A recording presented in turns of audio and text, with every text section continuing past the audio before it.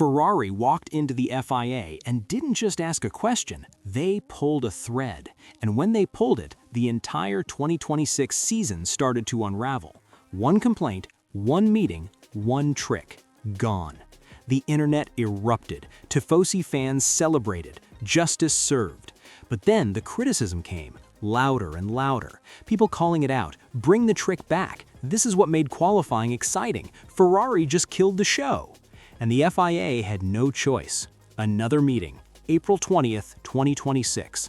And after all of that, a two-line bulletin. Peak superclip increased to 350 kilowatts. Maximum recharge reduced from 7 megajoules to 6 megajoules. That's it. But here's what nobody's telling you. Banning that engine trick, that was just the opening move, because the real war, the one being fought in boardrooms not on track, is only just beginning, and the man trying to stop Ferrari from winning it is Toto Wolff. Let's go back to the beginning. 2026, brand new power unit regulations. Every team starts fresh, or so they thought.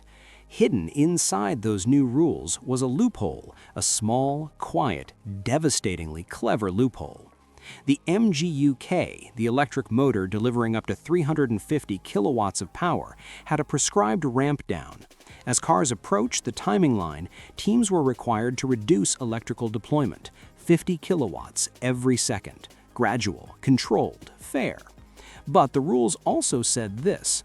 If there's a technical emergency, if the MGU-K is about to get damaged, teams can shut it down completely, skip the ramp down entirely. The penalty? A 60-second lockout. No MGU-K for a full minute.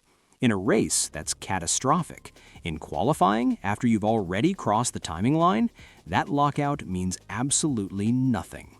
Mercedes figured it out, Red Bull figured it out, and quietly, from Australia onwards, they ran full power all the way to the line, while their rivals were already bleeding 50 kilowatts per second.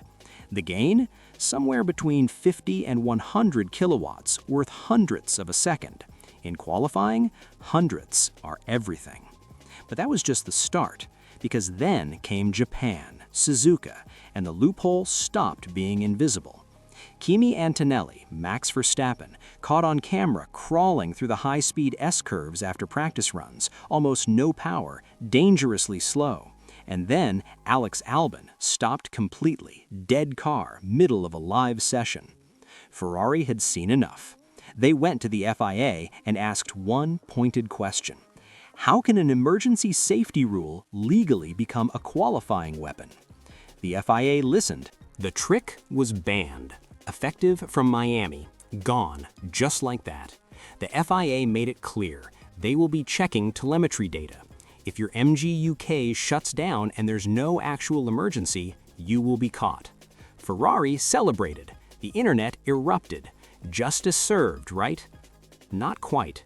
Because banning the MGU-K trick was almost secondary to something far bigger already brewing underneath the surface. The compression ratio controversy, still under investigation, potentially worth up to 0.4 seconds per lap. And then the FIA went even further. 6 weeks, 4 separate meetings, drivers, engineers, team principals, power unit manufacturers, FIA officials, and Formula One management all in the same room arguing over the same problems. And on April 20th, it became official. Every single team voted yes. The 2026 Formula One regulations had been rewritten mid-season, something that has never happened at this speed in the modern era. Here's what actually changed, and why it matters. In qualifying, the maximum permitted recharge was reduced from 7 megajoules to 7.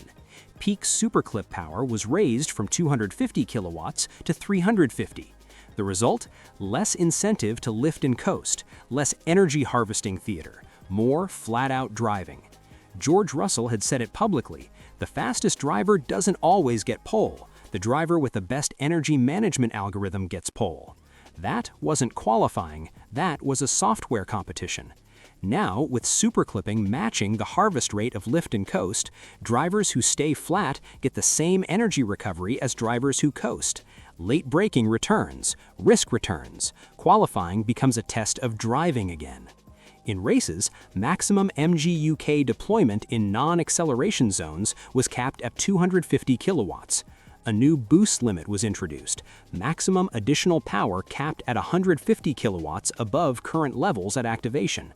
A new low-power start detection system was developed to prevent the terrifying speed differentials that sent Oliver Bearman into a barrier at 50 G in Japan.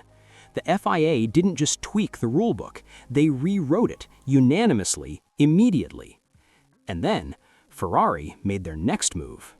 The FIA has officially granted Ferrari access to the ADUO, additional design and upgrade opportunities. Ferrari can now develop and upgrade their power unit during this season.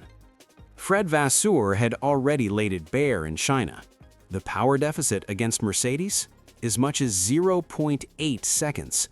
But with ADUO in hand, Ferrari's chassis already strong, and Lewis Hamilton exactly where he needs to be, that gap suddenly looks a lot smaller than it did in Melbourne. Toto Wolff noticed, and Toto Wolff responded.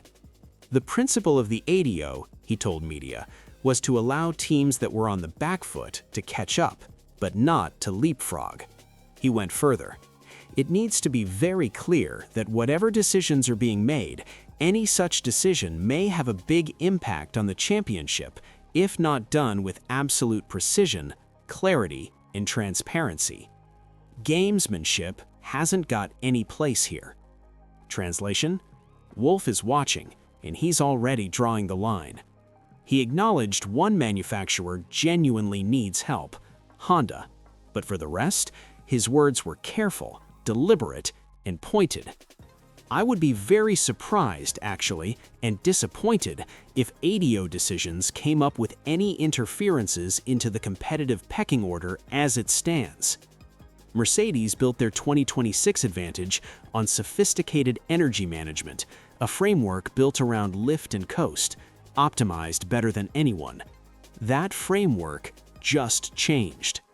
The superclipping increase narrows their strategic edge, the recharge reduction limits the total electrical energy available, and if Ferrari's engine closes the gap through ADUO, the car that was already strong becomes genuinely dangerous.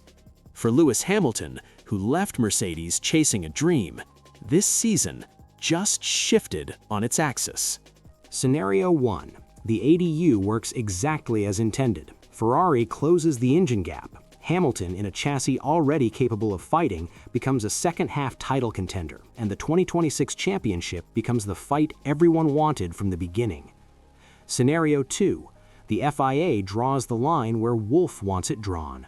Ferrari's ADUO is limited. Mercedes' software advantage survives the regulation changes, and Russell or Antonelli converts early dominance into a championship that nobody outside Brackley saw coming. Scenario 3. The regulation changes create chaos nobody predicted. New super clipping dynamics expose weaknesses in teams still learning their systems. A third force, McLaren perhaps, quietly builds momentum while Ferrari and Mercedes fight each other's lawyers as much as each other on track. Is Ferrari's ADUO a legitimate catch-up tool or the start of the most politically charged engine war in a decade? Can Toto Wolff hold the line? Or has the FIA already decided who they want fighting for this championship? And Lewis Hamilton, was the move to Ferrari the masterstroke the world dismissed too quickly? Miami is the first test under the new rules, the first race where the tricks are gone, the regulations are rewritten, and the real pecking order finally shows itself. One thing's certain, this season was never just about who's fastest, it's about who survives the politics. So tell me, who's really pulling the strings in Formula One's biggest power struggle?